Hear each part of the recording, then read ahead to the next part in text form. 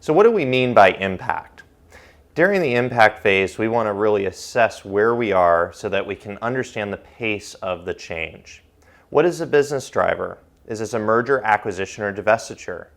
Is this merging into another company and we're going to kind of keep that segment of business on the side? Are we going to truly do a full integration? Is this an acquisition of a competitor and bringing two pieces together?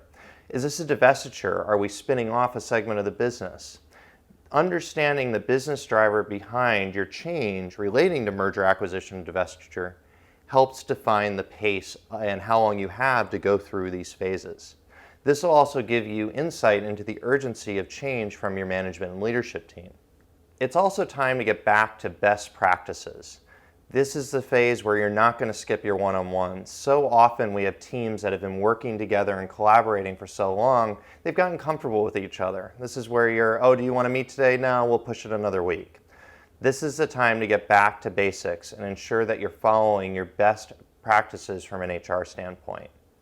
This is also a chance to understand the impact to you and assess yourself and ensure that you're ready for this change. Is there behavior that you need to change, or are there things that you need to be aware of in yourself in a time of stress so that you can better prepare your team for this change? Why is impact important? Why is understanding it important?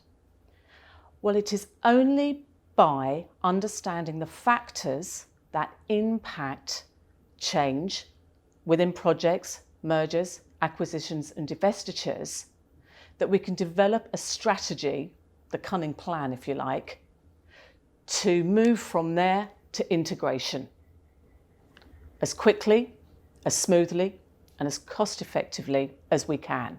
In my experience, I have found that when teams and leaders move through projects, especially those challenging projects like mergers, acquisitions, and divestitures, they will revert to their comfort zone, and their comfort zones will be based on technology, the systems and the processes.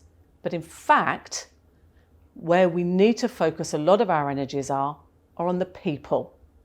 So how do we do this? How do we bring this all together in the impact phase? This is really about going back to basics and ensuring that everything is getting done and taken care of. You're not just checking boxes, but you're actually going through and doing things like reviews and one-on-ones, doing them with great detail and agendas. A lot of time with reviews, especially with a tight relationship with the manager, not everything found its way into the HR system. This is not the time to do that. This is the time to get these done, get them updated, and ensure that they're complete. One-on-ones need agendas so that everybody knows what they can get through. So before your meeting, ensure both people have a chance to add agenda items to get the best quality outcome. You really want to begin to understand what your team is going through and get ready. What you also want to understand in these meetings, people may express themselves differently because they're in a time of stress. So you may learn more about people that you didn't quite understand because you've been in a stable environment for so long. Don't assume that how they've acted before and challenges that they've expressed before are going to stay the same. Actually, the opposite, assume that things may change and be open to listening and ensuring that you're getting things taken care of. When we talk about documenting, it's ensuring that you're documenting the formal and informal processes in your HR systems. A lot of times in these projects, you might get pulled away and sometimes decisions may be made without you. You want to be sure that your team can stand on its own in these systems. If it's not documented, other people don't know what's going on. The other thing in this phase to keep in mind, you may not know what's going on, and that's okay. This is about getting your team engaged, getting people ready for the future phases of the model, and just get people talking. Be open, be honest, and you'll be ready for a good outcome in the model. So let's apply this a little further. So a lot of times we get questions particularly around this. So I'm going to read our question here. How do I manage my team's anxiety about their job security while dealing with my own? In many of these projects, this is a reality at some phase of a merger, acquisition, and divestiture. How can I lead a team without knowing what's going to happen long term when I don't even know what's going to happen to my job and role? It's a great question. So firstly, if we are going to manage other people's uncertainty, concerns, we have to make sure that we've managed our own. So start with yourself and ensure you are in a good place, resilient, to be able to then manage your teams. So start with you. Secondly, keep talking to them. Understand how what is happening impacts them personally. We know that during high stress, during high change, people feel very alone. And they believe that they are the only ones. By continuing a dialogue, by continuing to talk and understand, we'll get them to open up, we'll understand how it's impacting them, and then we'll be able to help them with it. Mike, have you seen this happening in some of the projects that you've been working on? A lot of time in our tenant-to-tenant projects, this is really common because people are really concerned. The other thing with tenant-to-tenant projects that's interesting is you're dealing with both teams. And that can magnify because now you've got two teams going through this stress at the same time. Yeah.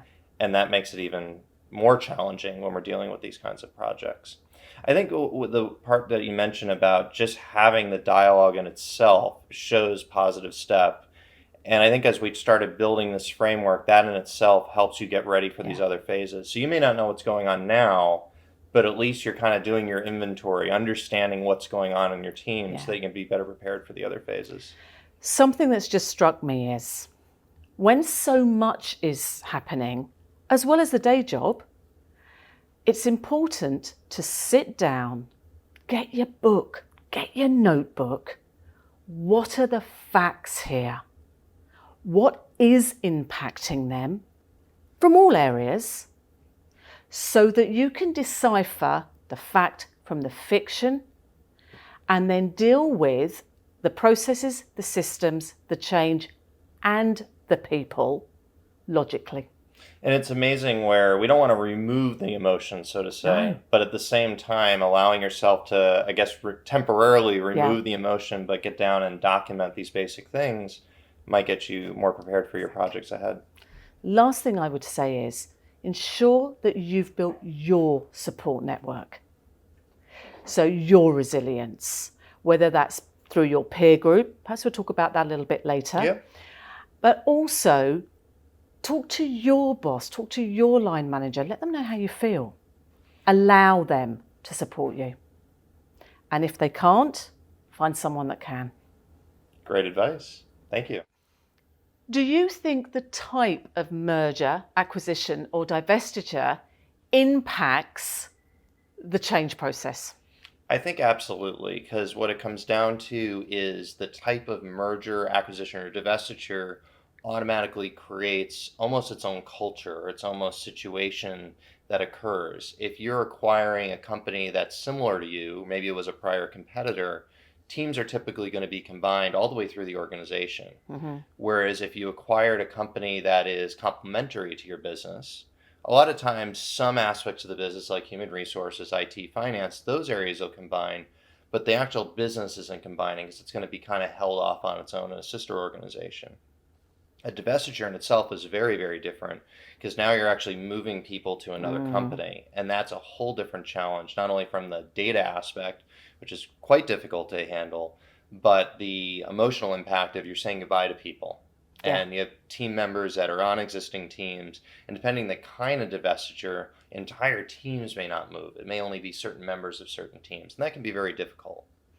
Yes, so what we're saying here is at this impact stage, be clear about the type of change that people are going through so that you can understand the impact. Absolutely. Got it.